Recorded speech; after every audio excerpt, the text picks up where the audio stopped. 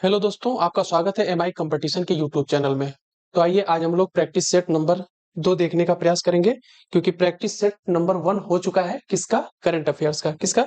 Current affairs का practice set हम 1 कर चुके हैं और प्रैक्टिस सेट नंबर 2 आज हम लोग सॉल्व करेंगे। तो आशा मैं पूरा विश्वास के साथ यह आप लोगों के साथ शेयर करना चाहता हूँ। अब मुझे पूरा विश्वास है कि आप लोग अपनी पढ़ाई को तरीके से जारी रखे होंगे। जो यूपी पुलिस री एग्जाम का एग्जाम होने वाला है, उसके लिए आप लोग तैयार होंगे और सही तरीके से अपने काम को कर रहे होंगे। ठीक है? तो मुझे पता है अभी मेरे चैनल पे मतलब इसी ईएमआई कंपटीशन के यूट्यूब चैनल पर मैथ की, हिंदी की और करंट अफेयर्स, जीएस की लगातार क्लासेस चल रही हैं। आप लोग सही तरीके से, सही गाइडेंस के माध्यम से सारी क्लासेस को देखते रहिए। चलिए हम लोग अपने पहले सवाल पर चलते हैं। करंट अफेयर्स का जो ही बहुत ही महत्वपूर्ण इंपॉर्टेंट सवाल है, ये एग्जाम में पूछने जाने की पूरी संभावना है पूछे जाने की। तो इसमें पहला नंबर का जो सवाल है, आप लोग इसको पढ़िए और देखने का प्रयास करिए कि ये सवाल कह क्या रहा है। हाल ही में किस देश की सरकार ने 22 जनवरी को अयोध्या राम दिवस घोषित किया है? क्या? अयोध्या राम दिवस घोषित किया है। इसको घोषित करने का मतलब जानते हैं क्या है? अभी हाल ही में यूपी के अयोध्या एक शहर है, यूपी का जिला है, अयोध्या में राम मंदिर का निर्माण हुआ है, जो कि बहुत विवादित था। बहुत पुराना इस पे केस चला, लगभग 400-500 वर्षों तक चलता रहा। इसके बाद जाकर के हमारी सुप्रीम कोर्ट ने इस पे मंदिर बनाने का वहां पे निर्णय लिया और मंदिर बना भी और उसका उद्घाटन भी हुआ। और मंदिर का जो उद्घाटन हुआ है वो 22 जनवरी को हुआ है। कब? 22 जनवरी को। ठीक है?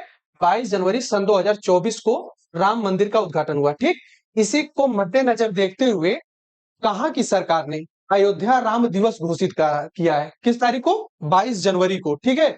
तो क्या वो अमेरिका की सरकार है, क्या वो कनाडा की सरकार है, या फिर जापान की सरकार है, या फिर इनमें से कोई नहीं? तो आप लोग देखिए, उत्तर करने का प्रयास करिए। इसमें हम देखते हैं option number B is the correct हो जाएगा। क्या? कनाडा की सरकार। कहां की सरकार? कनाडा की सरकार जो है वो अयोध्या राम दिवस घोषित की है। किस तारीख को? 22 जनवरी को। ठीक है? 22 जनवरी को क्या मनाया जाएगा कनाडा में? अयोध्या राम दिवस। ठीक है? चलिए थोड़ा सा देख लेते हैं इन कंट्री के बारे में। तो अयोध्या राम मंदिर के बारे में थोड़ा सा हम लोग देखते हुए चलते हैं कि इसका उद्घाटन कब हुआ था और किसने किया था। और तो बताइए, अयोध्या राम मंदिर का उद्घाटन 22 जनवरी सन 2024 को हुआ था। कब? 22 जनवरी सन 2024 को अभी हाल ही में अयोध्या राम मंदिर का उद्घाटन किया गया। और ये किसके द्वारा किया गया? तो ये हमारे प्रधानमंत्री, यशस्वी प्रधानमंत्री नरेंद्र मोदी के द्वारा। किसके? नरेंद्र मोदी। ठीक, इनके द्वारा उद्घाटन किया गया है 22 जनवरी सन 2024 को। किसका? अयोध्या राम मंदिर का। ठीक, थोड़ा सा इसमें हम देख लेते हैं कि जो अमेरिका है, ऑप्शन में यूएसए था ना, अमेरिका की कैपिटल क्या है? तो अमेरिका की कैपिटल वाशिंगटन डीसी है और यहाँ का जो मुद्रा है वो क्या है? डॉलर में। ठीक, अमेरिका की जो करेंसी है, अक्सर जो यूट्यूब या कोई भी बड़ी पेमेंट होती है ना, वो डॉलर में की जाती है। तो डॉलर कहाँ की मुद्रा है? यूएसए की। अच्छा, दूसरे नंबर पर कनाडा लिखा हुआ है। कनाडा की राजधानी क्या है? ओटावा। क्या है? ओटावा। और यहाँ का जो मुद्रा है वो कनेडियन डॉलर है। क्या है? Canadian dollar. ठीक है? अगला देश है जापान। देखिए, जापान की राजधानी टोक्यो है। क्या है? टोक्यो। कहां की राजधानी है? जापान की, याद रखिएगा। और यहाँ की करेंसी है येन। क्या है? येन। इस तरह से हम यूएसए, कनाडा और जापान, तीन देश की प्रमुख कंट्री के प्रमुख कैपिटल देख लिए हम लोग। और क्या देखे हैं? उसकी करेंसी देख लिए। और इसी के साथ आपको बताते चले, बात आई है किसकी? अयोध्या की, अयोध्या राम मंदिर की। ठीक है? अच्छा, आप लोगों को थोड़ा सा अब दिमाग में आना चाहिए कि अयोध्या आखिरकार है कहाँ। तो देखिए, अयोध्या यूपी का एक शहर है। कहाँ का? यूपी का। तो यूपी में अयोध्या मंदिर की स्थापना की गई है, उसका निर्माण करवाया गया है। तो यूपी जो है, यूपी की राजधानी क्या है? आप लोगों को पता होगा, यूपी की राजधानी है लखनऊ। ठीक है?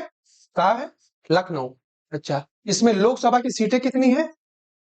तो 80 सीट है। ठीक, और राज्यसभा की सीट कितनी है? 31। ये क्या लिखा गया है? राज्यसभा आर्टिकल नंबर 80 में दर्शाया गया है और लोकसभा आर्टिकल नंबर 81 में दर्शाया गया है। ठीक है? चलिए अगला सवाल देखते हैं हम लोग। दूसरे नंबर का सवाल हमारा क्या है? हाल ही में बिहार के किस पूर्व मुख्यमंत्री को भारत रत्न से सम्मानित किया गया है? किससे? भारत रत्न से सम्मानित किया गया है। तो आप लोग देखिए क्वेश्चन और आंसर देने का प्रयास करिए। क्या नीतीश कुमार को, क्या पप्पू यादव को, या फिर कर्पूरी ठाकुर को? तो आप लोग बताइए कि बिहार के पूर्व मुख्यमंत्री वो कौन है जिनको भारत रत्न 2024 से सम्मानित किया गया है? तो प्यारे दोस्तों, आप इसमें से ऑप्शन देखते हुए आंसर करने का प्रयास करिए। क्या नीतीश कुमार है, क्या पप्पू यादव है या कर्पूरी ठाकुर है या इनमें से कोई नहीं? तो आप लोग ऑप्शन देखे होंगे, इसमें से हम आपको बता दें कि अभी हाल ही में कर्पूरी ठाकुर को दिया गया है क्या, भारत रत्न। ये बिहार के पूर्व मुख्यमंत्री हैं, ठीक है। इनके साथ साथ 4 लोगों को और भारत रत्न अवार्ड 2024 से सम्मानित किया गया है। थोड़ा सा हम लोग भारत रत्न के बारे में देख लेते हैं कि इसकी शुरुआत कब हुई थी। देखिए, भारत रत्न की शुरुआत होगी 1954 ईस्वी में, तो 1954 ईस्वी में, ठीक है।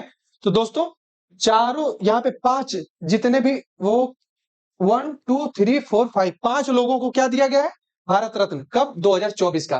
पहले नंबर पर कौन है? कर्पूरी ठाकुर को दिया गया है। फिर लाल कृष्ण आडवाणी को दिया गया है, जो बीजेपी के नेता है। चौधरी चरण सिंह को दिया गया है, किसानों का मसीहा इनको कहा जाता है। पीवी नरसिम्हा राव को दिया गया है क्या, भारत रत्न। और एमएस स्वामीनाथन, जिनको हरित क्रांति का जनक कहा जाता है। कहां पे? भारत में हरित क्रांति का जनक किसे कहा जाता है? तो एमएस स्वामीनाथन को कहा जाता है, ठीक है। अच्छा, भारत रत्न की शुरुआत हुई कब थी? 1954 में, ठीक है। आप लोग याद रखिएगा। चलते हैं नेक्स्ट क्वेश्चन पे। हमारा तीसरे नंबर का सवाल है, इसको आप लोग ध्यानपूर्वक पढ़िए और ऑप्शन से सवाल का जवाब देने का प्रयास करिए। देखिए क्या है, हाल ही में किस तारीख को भारतीय सेना दिवस मनाया गया है? ध्यान से पढ़िए, भारतीय सेना दिवस। क्या ये आपको कोडिंग देखना है कि भारतीय सेना दिवस कब मनाया गया है? क्या 14 जनवरी को मनाया गया है, क्या 17 जनवरी को मनाया गया है, या फिर 15 जनवरी को मनाया गया है, या इनमें से कोई नहीं? तो देखिए, हमारे यहाँ 3 सेना है। क्या? प्रमुख रूप से 3 सेना है। एक है नौसेना। क्या है? नौसेना। नौसेना जानते हैं, जल में काम करती है, जिसको नेवी कहा जाता है, ठीक है। नौसेना है। एक है थल सेना। थल सेना प्रमुख होती है, ठीक है। एक है थल सेना। क्या है? थल सेना। थल सेना। और एक क्या है? वायुसेना, ठीक। यही तीनों सेना मिलकर के भारत के बॉर्डर की रक्षा करती हैं, ठीक है। नौसेना, थल सेना और वायुसेना। तो इसमें पूछा गया कि भारतीय सेना, थल सेना को भारतीय सेना, हालांकि तीनों सेनाएं भारतीय सेना की हैं, लेकिन भारतीय सेना को अक्सर थल सेना के नाम से जाना जाता है, ठीक है। तो इसमें option number C is the correct हो जाएगा, ठीक है। आइए हम लोग थोड़ा सा देख लेते हैं इन सबको भी, इनका दिवस कब मनाया जाता है। तो थल सेना दिवस जो है वो 15 जनवरी को मनाया जाता है। पिछले सवाल का ऑप्शन नंबर वो सही था, जिसमें 15 जनवरी था। अगला हमारा है वायुसेना दिवस। तो वायुसेना दिवस कब मनाया जाता है? 8 अक्टूबर को। कब? 8 अक्टूबर। हर साल 8 अक्टूबर को वायुसेना दिवस मनाया जाता है। और नौसेना दिवस कब मनाया जाता है? 4 दिसंबर को, ठीक। साल का जब अंतिम महीना खत्म होने को रहता है या शुरुआत होता है वो महीना, तो 4 तारीख को मनाया जाता है नौसेना दिवस, ठीक है। आप लोग याद रखिएगा और अच्छे से पढ़ाई करते रहिए आप लोग। और इन सारे प्रश्नों को सही तरीके से नोट करिए, कई बार नोट करिए, रिवाइज करिए, तब जाकर के ये चीजें आपको कंठस्थ होंगी और आप परीक्षा में अच्छा परफॉर्मेंस करके आएंगे, ठीक है। अगले सवाल पर चलते हैं। अगला सवाल हमारा है, आप लोग ध्यानपूर्वक देखिए कि हाल ही में स्वच्छ सर्वेक्षण 2023 में कौन सबसे स्वच्छ शहर बना है। सबसे स्वच्छ शहर का मतलब समझते हैं? जैसे मान लीजिए कोई शहर है, इसमें कितना प्रदूषण है, कितना प्रदूषण नहीं, एक एजेंसी है जो जांच करती है, इससे पता लगाया जाता है कि कौन सा शहर स्वच्छ है, नहीं स्वच्छ है।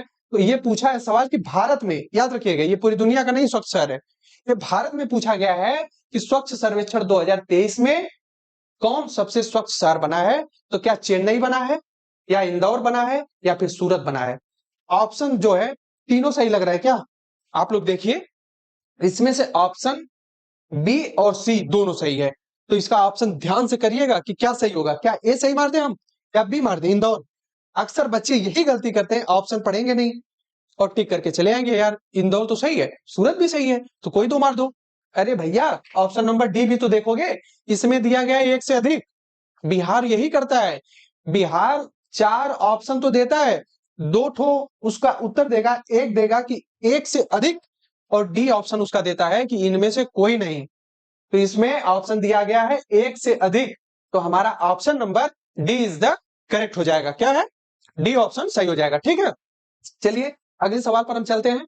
हाल ही में आईआईटी मद्रास, देखिए आईआईटी मद्रास, ये आईआईटी मद्रास जो है ना, अलग अलग राज्य में अपना, अलग अलग देशों में अपना परिसर, मतलब अपना मुख्यालय खोल रही है, ताकि वो छात्रों को पढ़ाया जा सके, उस देश में जो भारतीय रहते हैं या उस देश के और भी युवा हैं उनको पढ़ाया जा सके छात्रों को, ठीक है। तो क्या इंडोनेशिया में खोला गया है, ठीक। क्या जर्मनी में खोला गया है या फिर श्रीलंका में खोला गया है या इनमें से किसी में नहीं खोला गया है? तो आईआईटी मद्रास एक भारत की क्या है, संस्था है, ठीक है। उसने अभी हाल ही में श्रीलंका में खोला है। कहां पे? श्रीलंका में। क्या खोला है? अपना परिसर, मतलब अपना मुख्यालय खोला है कि वहां पर जितने भी छात्र हैं उनको आईआईटी के थ्रू अच्छा ज्ञान और टेक्नोलॉजी के माध्यम से उनको अच्छी शिक्षा दी जा सके, ठीक है। तो क्या इंडोनेशिया या जर्मनी? नहीं, श्रीलंका होगा। अभी हाल ही में एक देश है तंजानिया। अभी बिहार के जो बीपीएससी टीआरई 3.0 हुआ था, 3.0 मतलब बीपीएससी का टीचर का एग्जाम हुआ था, बीपीएससी कंडक्ट करवाती है, उसमें ये सवाल पूछा गया था कि आईआईटी मद्रास जो है ना, वो किस देश में खोला है अपना परिसर? तो वहां पे ऑप्शन था तंजानिया। क्या? तंजानिया। तंजानिया, तंजानिया एक देश है, वहां पे आईआईटी मद्रास ने भी एक अपना मुख्यालय खोला है, ठीक है।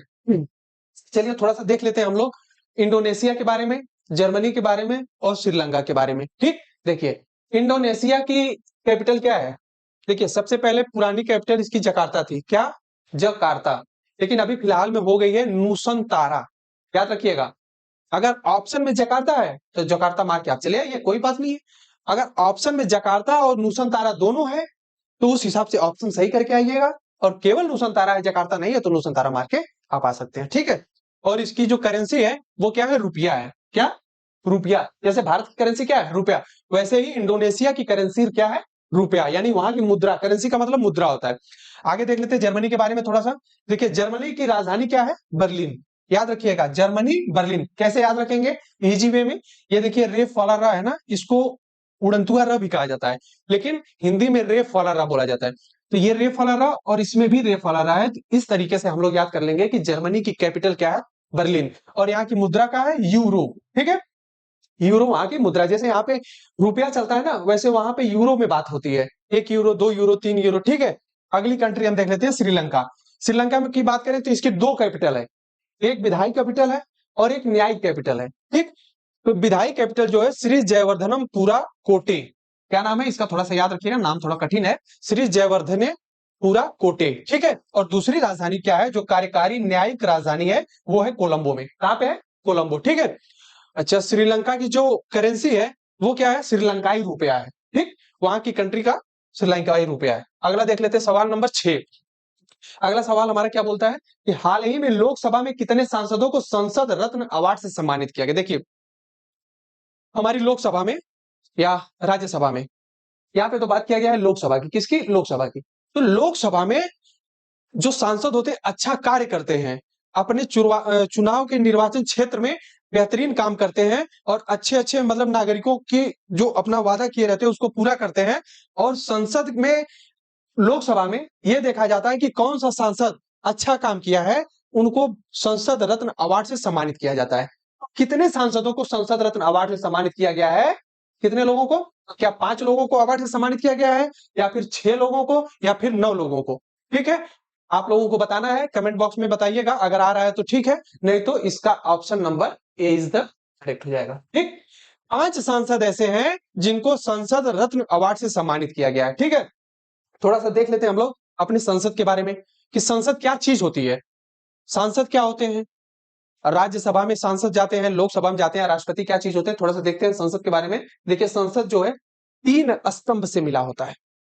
पहला राज्यसभा, ठीक, पहला राज्यसभा, दूसरा लोकसभा और तीसरा राष्ट्रपति। तीनों लोग मिलकर के संसद का निर्माण करते हैं, ठीक। अच्छा, संसद जो है आर्टिकल नंबर 79 में है। कहां पे?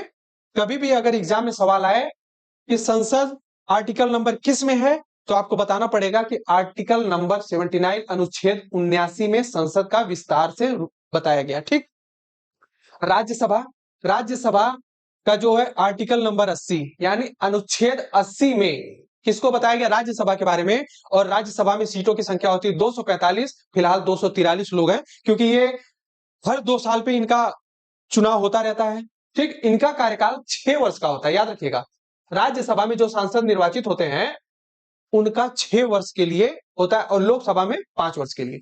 लोकसभा में सांसद होते हैं, इनका 5 वर्ष के लिए कार्यकाल होता है, और राज्यसभा में 6 वर्ष का कार्यकाल होता है, ठीक है।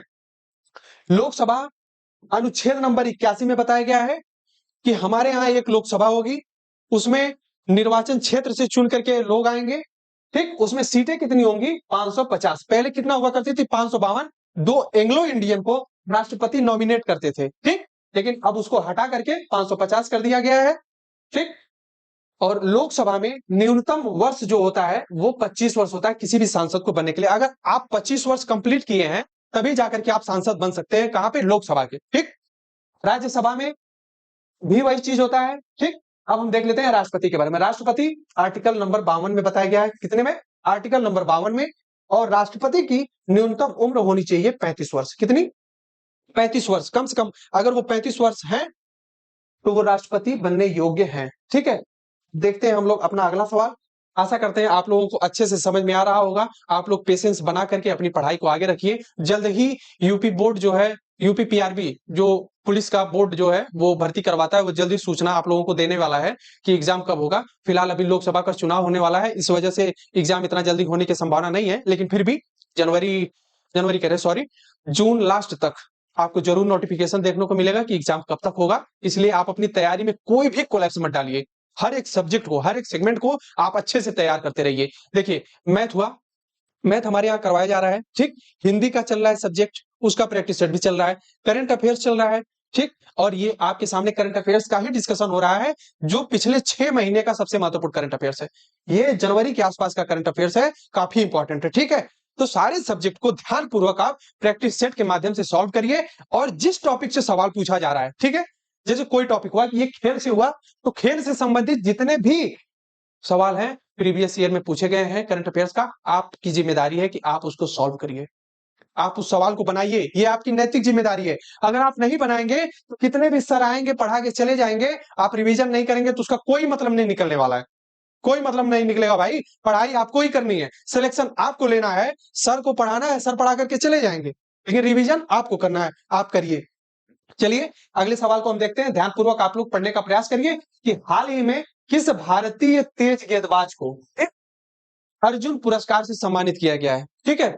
अर्जुन पुरस्कार खेलों में दिया जाता है, ये खेल का सबसे बड़ा पुरस्कार है अर्जुन पुरस्कार। पहले इसका नाम होता था क्या? यही होता था, अर्जुन पुरस्कार से सम्मानित किया गया है। तेज गेंदबाज को अर्जुन पुरस्कार से सम्मानित किया गया है, वो कौन है? क्या रोहित शर्मा है, या फिर विराट कोहली है, या मोहम्मद शमी है, क्या इनमें से कोई नहीं? देखिए ऑप्शन क्या सही होगा। तो हमारे देश के सबसे इस तरह से भी आप ऑप्शन को काट सकते हैं कि जो रोहित शर्मा है वो बल्लेबाज है, विराट कोहली भी बल्लेबाज है, लेकिन एक ही गेंदबाज ऐसा है जो मोहम्मद शमी है इस ऑप्शन में। आप ऑप्शन को थोड़ा ना स्ट्रेटेजी बना के सॉल्व करने का प्रयास करिए। और एक कहा जाता ना कि आप थ्योरी पढ़ रहे हैं और कॉन्सेप्ट पढ़ रहे हैं, डीप पढ़ रहे हैं। पढ़ना क्या है, पढ़ कुछ और रहे हैं कहानी की तरह से, तो ऐसे नहीं करना है काम। आपको कभी कभी अगर सवाल का जवाब नहीं आ रहा है तो आप ऑप्शन के माध्यम से सही कर सकते हैं। इसमें देखिए तेज गेंदबाज के बारे में डिस्कस किया है, तो आप अगर थोड़ा भी क्रिकेट का नॉलेज रखते होंगे तो रोहित शर्मा और विराट कोहली पता होगा ये बल्लेबाज है, गेंदबाज नहीं है। इसलिए option number C is the correct हो जाएगा, ठीक है। और आप लोगों को थोड़ा सा बता दें आईसीसी के बारे में कि आईसीसी क्या होता है। आईसीसी जो है ना इंटरनेशनल क्रिकेट को कंडक्ट करवाता है, चाहे एशिया कप हो, वर्ल्ड कप हो, या कोई कप हो, सारी चीजों को देखने का काम करता है आईसीसी, इंटरनेशनल क्रिकेट काउंसिल। इसकी स्थापना हुई थी 1909 में, और इसका हेडक्वार्टर कहां पे? यूएई में, ठीक है। इतना चीज आप लोग इस प्रश्न से याद रखिएगा। और मोहम्मद शमी ऐसे गेंदबाज है जिनको अर्जुन पुरस्कार से सम्मानित किया गया। अगले सवाल पर चलते हैं, 8वें नंबर का। देखिए बहुत इंपॉर्टेंट सवाल है। हमारा देश हिंदी भाषी ज्यादा है, इसलिए विश्व हिंदी दिवस कब मनाया जाता है ये तो सबको ही पता होना चाहिए। इसको इस पे समय देने की कोई खास जरूरत नहीं है। इसका ऑप्शन नंबर बी सही होगा। 10 जनवरी को विश्व हिंदी दिवस मनाया जाता है। कब? 10 जनवरी को विश्व हिंदी दिवस मनाया जाता है। आगे चलते हैं हम अगले सवाल पर। जो सवाल आता है उस पर टाइम देने की कोई आवश्यकता नहीं है। क्वेश्चन नंबर 9 देखते हैं हम लोग। क्वेश्चन नंबर 9 क्या कह रहा है कि हाल ही में भारत और किस देश ने अपने 147 साल के इतिहास में सबसे छोटा टेस्ट मैच खेला? देखिए टेस्ट मैच कितने दिन का होता है पता है आपको? 5 दिन का होता है टेस्ट मैच। टेस्ट मैच जिस दिन से शुरू होता है 5 दिन तक चलता है, जब तक कोई टीम या तो हार न जाए या कोई टीम जीत न जाए, 5 दिन तक टेस्ट मैच चलता है। इसमें बताया गया कि भारत और कौन सा देश है जो 147 साल के अपने टेस्ट या क्रिकेट में इतने साल के समय में कभी भी इतना छोटा मैच नहीं खेला था। तो वो कौन होगा? क्या न्यूजीलैंड है, क्या ऑस्ट्रेलिया है, या फिर दक्षिण अफ्रीका है, या इनमें से कोई नहीं है? तो आपको बता दें कि क्वेश्चन नंबर 9 का option number C is the correct हो जाएगा। अभी हाल ही में भारत और दक्षिण अफ्रीका के बीच एक टेस्ट श्रृंखला खेली गई थी जिसमें भारत विजयी रहा, और एक मैच ऐसा हुआ था जिसमें 2 दिन के अंदर ही टेस्ट मैच फिनिश्ड हो गया। वो किसके खिलाफ था? दक्षिण अफ्रीका के खिलाफ था। ठीक है, चलिए देखते हैं हम लोग अगला सवाल अपना। अगला और आखिरी सवाल है। आशा करते हैं सारे सवाल आपको भली प्रकार से आ रहे होंगे। जो सवाल नहीं आ रहा है उसको आप नोट करिए और बार बार रिवाइज करिए, फिर वो चीजें आपको कंठस्थ हो जाएंगी। क्योंकि जानते हैं करंट अफेयर्स ना लिंक का होता है, लिंक का सब्जेक्ट है ये। स्टैटिक, जीएस, इसमें सारे सेगमेंट मिक्स होते हैं। इस तरह से हम लोग देखते हैं। अपना अगला क्वेश्चन क्या है? Question number 10। इस सवाल को देखने से पहले आप लोग थोड़ा सा जान लीजिए कि ये आखिरी सवाल है। इसके बाद हम क्लास को यहाँ पे एंड करेंगे, लेकिन आप लोग तैयारी करते रहेंगे, ये हमें पूरा भरोसा है। ठीक है, सवाल पढ़िए। हाल ही में वित्त आयोग, सॉरी क्या है, वित्त आयोग के नए अध्यक्ष के रूप में किसे नियुक्त किया गया है? तो वित्त आयोग का नया अध्यक्ष क्या अरविंद पनगड़िया बने हैं साहब, या सुखविंदर सिंह साहब बने हैं, या वीके शर्मा साहब बने हैं? आप लोग अभी देखे होंगे कि हाल ही में सुखविंदर सिंह को चुनाव आयुक्त के रूप में बनाया गया है, 2 लोगों को। अब एक लोग का नाम आपको कमेंट बॉक्स में कमेंट करना है कि वो कौन थे। एक तो सुखविंदर हो गए, एक दूसरा कौन था? उनको दूसरे लोगों को आपको कमेंट बॉक्स में कमेंट करना है कि वो चुनाव आयुक्त कौन थे। ठीक है, इसमें क्या वीके शर्मा थे? नहीं। तो इस सवाल का option number A is the correct हो जाएगा।